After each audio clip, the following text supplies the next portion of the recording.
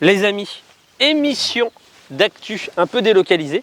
La principale actu de la semaine, c'est la série 5, qui pour la première fois est en 100% électrique. Mais il y aura aussi la Kia EV9, Ouais. Mais il y aura aussi Aston Martin, mais il y aura aussi des Audi A6 et A7, mais il y aura aussi une Toyota Yaris qui propose 130 chevaux. Ouais. Restez avec nous, c'est maintenant.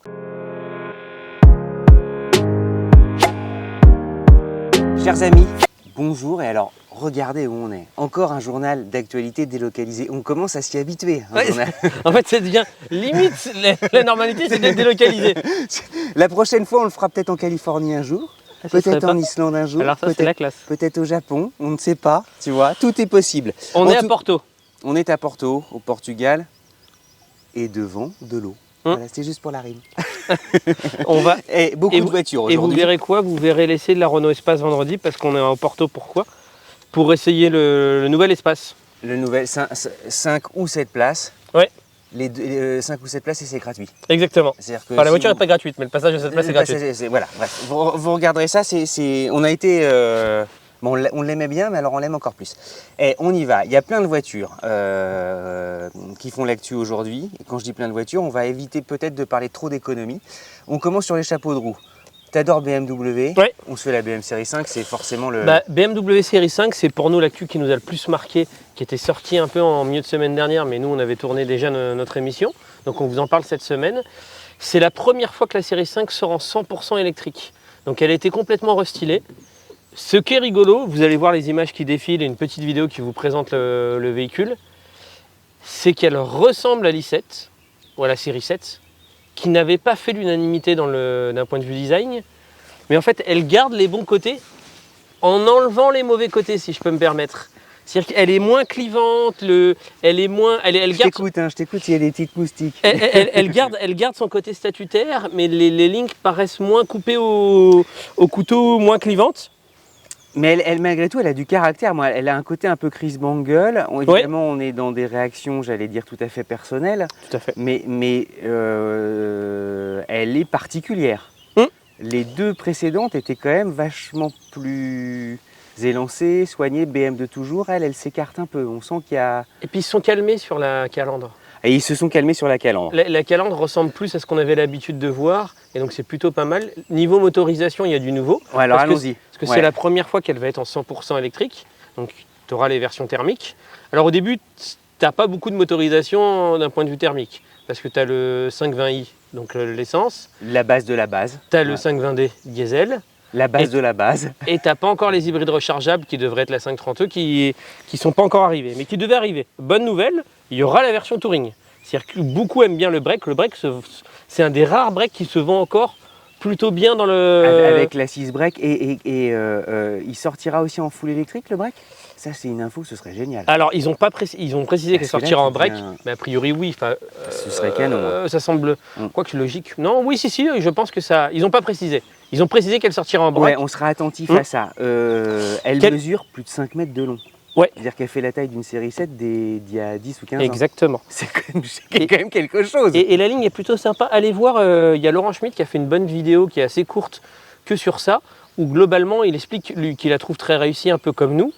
Et il explique aussi qu'il faut faire attention parce que les modèles présentés sont souvent des modèles PACEM, avec des calandres qui rendent la voiture beaucoup plus désirable.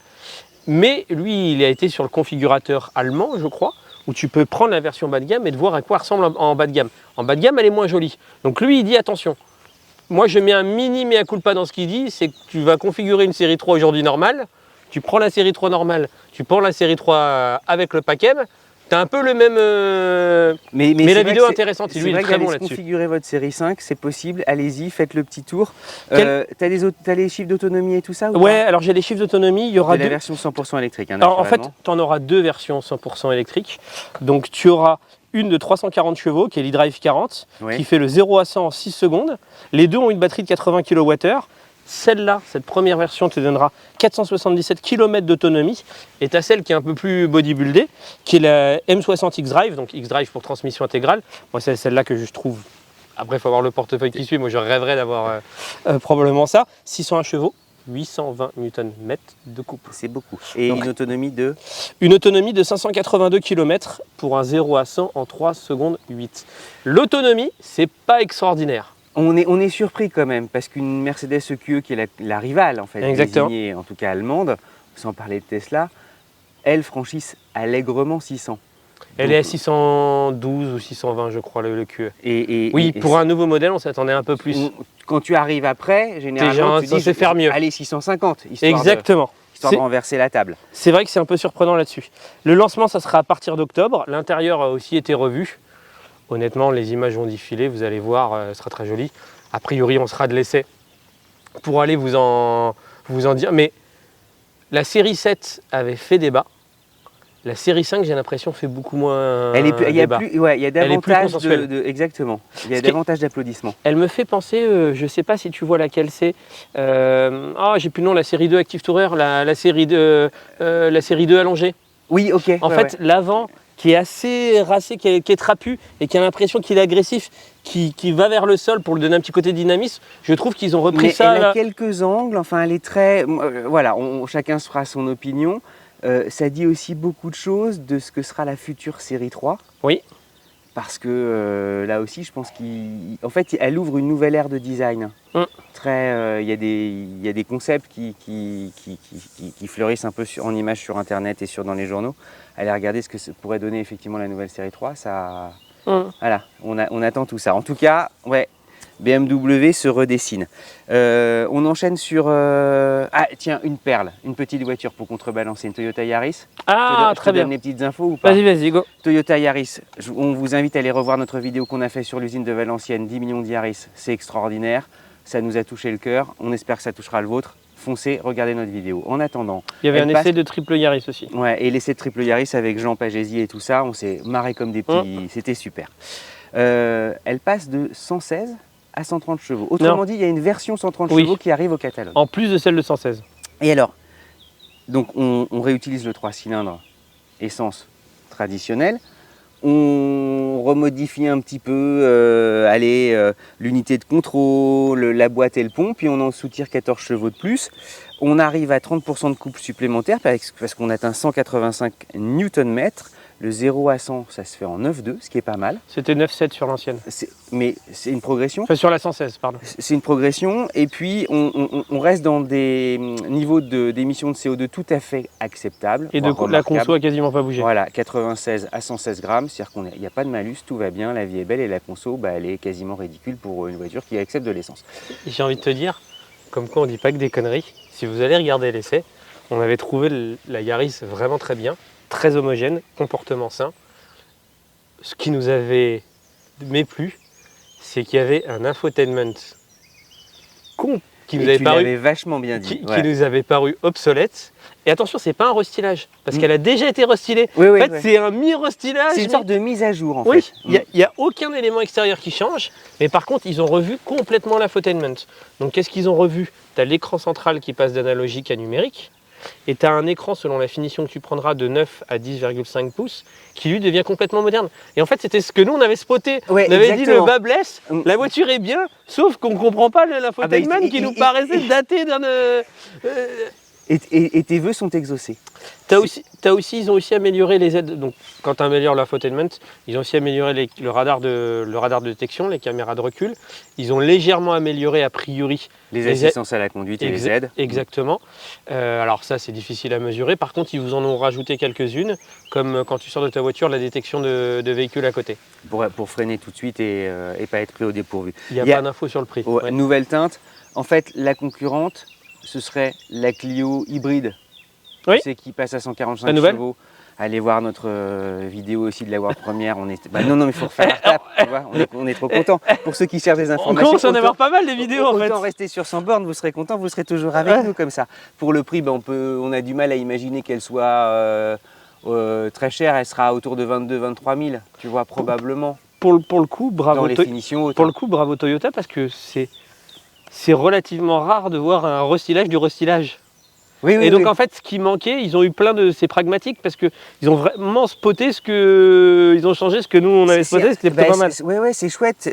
Tu sais, c'est un peu comme sur des téléphones et tout ça, on t'ajoute un petit truc et c'est sympa comme tout. Est-ce que je peux vous parler de l'Audi A6 et de l'Audi A7? Bien sûr. Ça sera probablement passé inaperçu, sauf pour les fans d'Audi, mais il y a un restylage de l'A6 Putain, et de l'A7. je l'avais même pas vu. Tu vois, vous l'aviez même pas vu. Et en réalité, c'est aussi pour contrer, évidemment, le temps que la nouvelle A6 et que la nouvelle A7 débarquent, de se dire on existe un peu face à une série 5 qui dit poussez-vous, j'arrive. Oui, Et le plan produit de cette année d'Audi, tout va se passer l'année prochaine et alors, c'est un restylage et c'est vrai, discret. Donc il y a des petits changements de bouclier, il y a des petits changements de calandre qui se jouent sur des chromes, qui se jouent sur du mat et du chrome foncé. Donc c'est pas, puis quelques nouvelles teintes. Mais néanmoins, ça a le mérite d'exister. Il y a évidemment on pourrait l'essayer. il y a évidemment de Une nouvelles berline. teintes à l'automne, très Ok. probablement, le temps qu'elles arrivent. Et puis alors un truc rigolo, parce que là c'est une première mondiale. On va dire, qu'est-ce qui se passe comme ça sur un restylage d'une Audi A6 ou d'une Audi A7? Il y a Hugo qui me regarde Eh bien, en disant qu'est-ce qu'il raconte. En termes de marketing et de finition, Ouais. c'est bien joué. Si par exemple tu veux un intérieur, j'allais dire hyper sport, tu sais qui chez eux s'appelle S-Line. Oui. Eh bien jusqu'à présent, il fallait que tu prennes l'Audi A6, ta motorisation S-Line. Et tu avais l'extérieur S-Line, l'intérieur S-Line. Là tu dis non, non, non, non, moi je veux un extérieur Fréour, du chrome, du bleu foncé, les gens. Mais l'intérieur S-Line, S-Line, tu peux le faire. Et l'inverse c'est vrai. C'est-à-dire que tu peux prendre extérieur S-Line, mais tu peux faire bois, beige et version classique. C'est à ma connaissance vérifié, sauf si tu veux du sur-mesure absolu. Je me demande si BMW, parce que en fait, pour vous partager ma vie personnelle, je suis en train de regarder les annonces Ouais, pour m'acheter une BMW. Et en fait, j'en vois quelques-unes avec PACAM intérieur, ouais. sans PACAM extérieur. Donc Ah. je me demande si ça ne doit pas peut-être exister. J'ai Alors- pas creusé le pourquoi du Alors, comment. faut vérifier, mais généralement, quand tu as le pack M et tout, enfin, généralement, si tu choisis une orientation sportive, c'est très difficile d'avoir du chrome et du bois. C'est compliqué. Ouais. Ou alors si tu as du bois noir, tu vois, t'as pas le bois hyper beau quoi. Audi Virtual Cockpit qui devient en série sur tous, Full LED en série, Parc Assist Plus en série, les motorisations elles n'évoluent pas, les prix eh ben, ça commence à 53 800 € sur la 6, à 63 500 € sur la 7. Bon, petite anecdote aussi, la S6 et la S7, donc les versions quand même, je parle même pas de la RS6, mais restent toujours du diesel, donc je pense qu'ils vont aller au bout du bout, tu sais, de cette génération thermique, avant évidemment, puisque la génération qui leur succédera sera 100% électrique. Vous me permettez juste une petite phrase sur l'ID Buzz. Rendez-vous le 2 juin, Version longue. version longue, 7 places aux États-Unis. Et Ça alors, ça sera distribué en Europe la version ce longue sera distribué en Europe en Ah, 2000. je croyais que c'était qu'aux États-Unis. Alors là, ils la font parader aux États-Unis, ils ont choisi leur jour, puisque c'est l'International Bus Day aux D'accord. États-Unis le 2 juin. C'est quand même drôle, première édition. Rendez-vous à Huntington Beach en Californie. C'est en direct sur YouTube. On croise les doigts évidemment. Normalement, ce sera 2024 en Europe. Si c'est pas 2024, ce sera un peu plus loin, mais elle aura forcément un destin et elle passe à cette place, ce qui est quand même super chouette d'avoir cette place dans un ID Buzz. C'est une voiture familiale. Nous, vous savez ce qu'on en pense puisqu'on la roule tous les jours. On est trop contents. Voilà, hop, terminé. Aston Martin. Le mec, Et je vais essayer notre. Parce qu'en fait, il fait très chaud, on a peur des coups de soleil. Allez, Bon, on fonce. Aston Martin en ce moment c'est un peu difficile pour eux. Donc ils ont Ah ouais. sorti la nouvelle DB12, donc qui comme son nom l'indique est la remplaçante de la DB11. Elle est plutôt très jolie, l'intérieur est réussi. Tu sens que c'est un peu cache-misère. Tu sens que c'est pas cache-misère. Cache-misère c'est une voiture extraordinaire. Je veux dire c'est que les changements. Les fans vont hurler, mais s'ils sont vraiment fans et qu'ils ont déjà eu la chance de conduire une Aston Martin, ils te pardonneront parce qu'ils savent de quoi tu parles. Ben, le changement est assez light. Déjà d'un point de vue extérieur, il y a assez peu de changements. Il y a un peu plus de changements à l'intérieur. D'ailleurs, Aston Martin font partie pour moi des plus beaux intérieurs.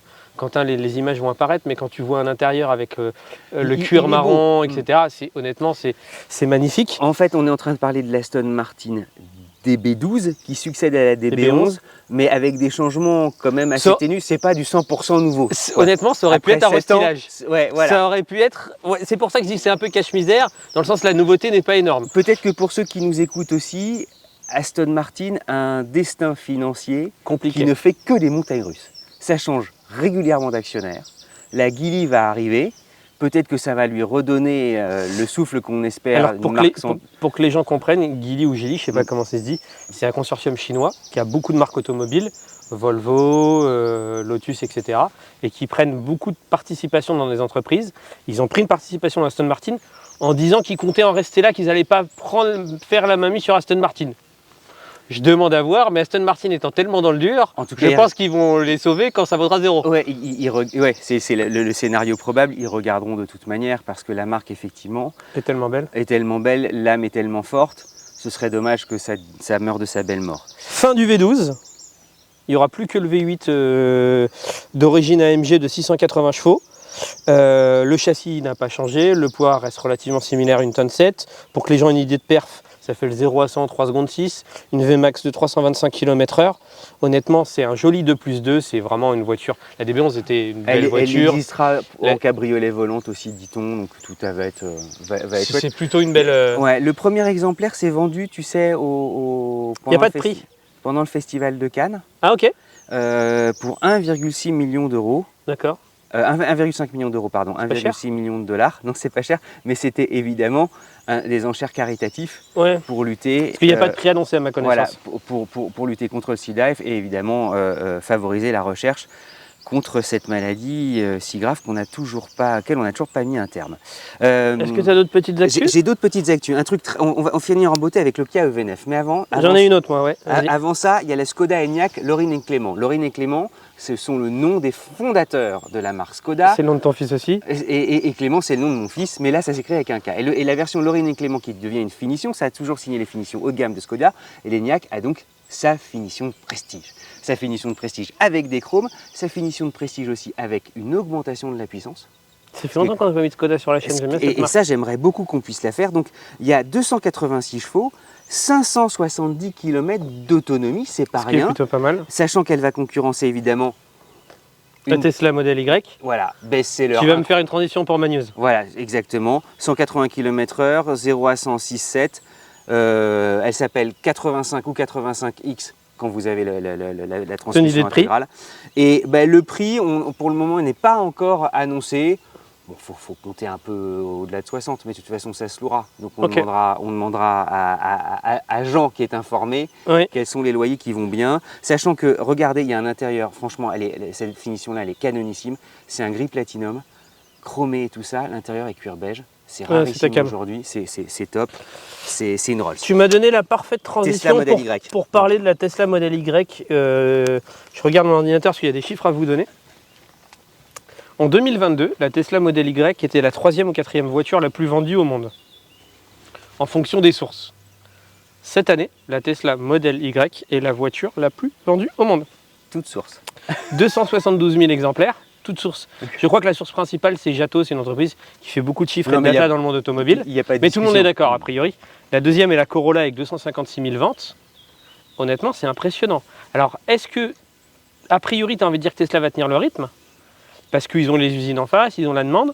En même temps, le début d'année était spécialement boosté parce que je crois que mi-janvier, de mémoire, la grosse baisse de prix avait eu lieu le 14 janvier sur la Tesla Model Y. Donc le début d'année est quand même vachement boosté. On peut tout expliquer. Il n'en reste pas moins que ce degré de performance d'un constructeur qui n'existait pas il y a 15 ans, le plus jeune, c'est pas qu'il a renversé la table, c'est qu'il a réussi un coup injouable. Ah ouais. Et alors, si vous vous souvenez d'une émission dans laquelle tu étais intervenu pour nous faire le résumé d'un état des lieux fait par Elon Musk l'ambition à 2030 et qui était dans la presse resté un peu, j'allais dire... C'était peu discuté, ce que je ne comprends pas. Ouais, voilà, parce que tout le monde s'attendait à des annonces sur des nouveautés et le rêve automobile. Lui, on était resté à des annonces économiques et une annonce passée étonnamment inaperçue, sauf à tes yeux, 30 millions. Je ne sais plus si c'était 20 ou 30 d'ailleurs. C'était plus de 20 millions. Ouais. Lui, 20 millions d'ici 2030 de mémoire, c'est ça que j'avais en tête. Je ne sais plus si c'était 20 ou 30. Pour moi, c'était 30. Excusez-nous de l'imperfection, mais les chiffres sont gigantesques. Toyota fait 19 millions de voitures par an au mieux du mieux. C'est le premier constructeur. crois que c'est 13. Alors, Ouais, on va y arriver. On l'avait pas bossé celle-là. mais en tout cas, ce niveau de chiffre, allez-nous. En fait, il annonce qu'en 2030, il va faire plus 50% que le numéro 1 mondial. Ce qui est une ambition folle. Alors, non seulement l'ambition est Parce que folle, 2030, c'est demain. mais même si tu les as, la règle, en tout cas, aucun constructeur n'annonce de telles ambitions officiellement derrière un micro. Et lui, hop, 6 ans avant, il te prend le truc. Mais ce qui est marrant, c'est que moi, c'est je ferai passé ça. complètement inaperçu. C'est juste dément. Mmh. Et j'imagine que dans les états-majors des constructeurs automobiles, Ça doit flipper un peu. ben, moi, tu es à la tête de ton groupe, tu te dis putain, comment on va faire les gars? Faut que tu sortes tes calculettes, tu te dis attends, qu'est-ce qui se passe? Donc retenez tout ça. Dernière info, Kia EV9 allez, que j'ai pas du tout regardé, ce que je t'ai laissé on finit faire. en beauté, on en avait là aussi, pardonnez-moi de refaire un peu de retable pour 100 bornes. On avait évoqué le Kia EV9. Dans l'émission d'actu, il y a Style anguleux, mais un ou 2 style mois. très lisse, liberté encore du design chez Kia. Oui. C'est un bébé de 5 m 1, 1,98 5 m 1 de long, évidemment 1,98 m de large, 1,75 m de haut. Évidemment, ça s'adresse au marché nord-américain. Là aussi, la Quasiment la taille d'un BMX, Range. le QE SUV, le Tesla Model X et un futur Range 100% électrique. Et le Volvo X90 qu'on a hâte d'essayer sur 100 bornes. C'est un monde où tout le monde est à 100 000 € globalement. T'as une idée de prix, eux? Mais le Ils Kia sont EV9 sera plus bas. 70? Sera plus bas parce qu'il a une motorisation en fait. Les concurrents dont on Ça parle vient de le V6. sont vachement puissants. Ouais. Eux, il va se contenter en fait de 2 motorisations, 204 chevaux, 541 km d'autonomie, 9,4 de 0 à 180 km/h. 204 chevaux, gamme. ça doit peser ce truc-là, ça doit pas avancer. Ouais, mais ça fait 9,4 avec le couple disponible tout de suite. Ah, ok, tu sais, ça va. tu t'élances J'ai rien facilement. Et puis 385 chevaux. Évidemment, c'est pas un Model X, hein, Ah on ouais. est d'accord. Oui, mais 0 à 100 en 9 secondes, c'est pas non plus. Et puis ensuite, tu as 385 mauvais. chevaux, 497 km d'autonomie, c'est quand même encore une fois un joyeux bébé. Hein. 6 secondes de 0 à 100, 200 km/h. Voilà. Donc, c'est aller voir tout ça. La planche de bord, j'allais dire, elle est classique. Enfin, classique, c'est-à-dire que elle a le bandeau d'écran tel que les a désormais les Mercedes, les BMW, tu sais, cette planche de bord avec un écran cinéma devant toi. D'ailleurs, ce qui est marrant C'est pour moi, devenu classique en fait. alors moi je suis pas très fan. En 2-3 ans. Moi je suis pas très fan de cette planche de bord. Pour moi, le premier à avoir fait ça, c'était Mercedes. Et d'ailleurs, dans la série 5, dont on aurait pu vous parler, à l'intérieur, vous avez à nouveau les 2 écrans comme a fait Mercedes. Donc, même BMW est venu. Là, c'est moi, vraiment les petits compteurs me manquent. Mais... Ouais, c'est marrant que tout à coup, ça s'instaure comme un truc, alors que c'est encore très très moderne pour la plupart de ceux qui ne sont pas passés à l'électrique. En revanche, c'est très bien fini. Il y a un volant à 4 branches d'un raffinement. Allez regarder tout ça. Franchement, c'est top. Kia bosse de manière quand même magistrale. Ils ont gardé, parce qu'ils ont écouté Vincent Marty, des boutons de clim physiques. Ils ne font que ça. Ils ne font que ça. Tu sais très très bien que tous les constructeurs sont devant nos émissions d'actu à prendre des notes. Vincent, jeudi prochain à 18h, risque de se fâcher. Tous les jeudis à 18h, ils sont en salle de réunion sur grand écran à prendre des notes. Et alors, pour terminer sur 2 trucs fortiche, ils ont évidemment une version 5 places avec 828 litres de coffre, c'est quand même gigantesque. Mais presque une Renault Espace. Et ils ont une version de plus de 6 places avec des fauteuils arrière qui pivotent. Oui, ça c'est pas mal. C'est quand même super cool. Ça, on l'avait vu, oui, je me rappelle maintenant, c'est plutôt cool. Et ça c'est 332 litres. Et malgré tout, tu gardes, comme elle est électrique. 332 litres, c'est pas si mal. 332 litres avec 6 places, hein, c'est quand même cool. Et puis à l'avant, tu as 90 litres parce qu'elle est électrique. Donc ils utilisent l'espace sous le capot. Un truc fou, mais qui hélas n'arrivera en Europe que lorsque la législation le permettra. Elle est l'une des très rares automobiles à proposer aujourd'hui un niveau 3 d'autonomie. Ça veut dire quoi? Ça veut dire qu'on peut conduire sans les mains. C'est quoi? C'est-à-dire que tu mets Non mais c'est quoi la voiture?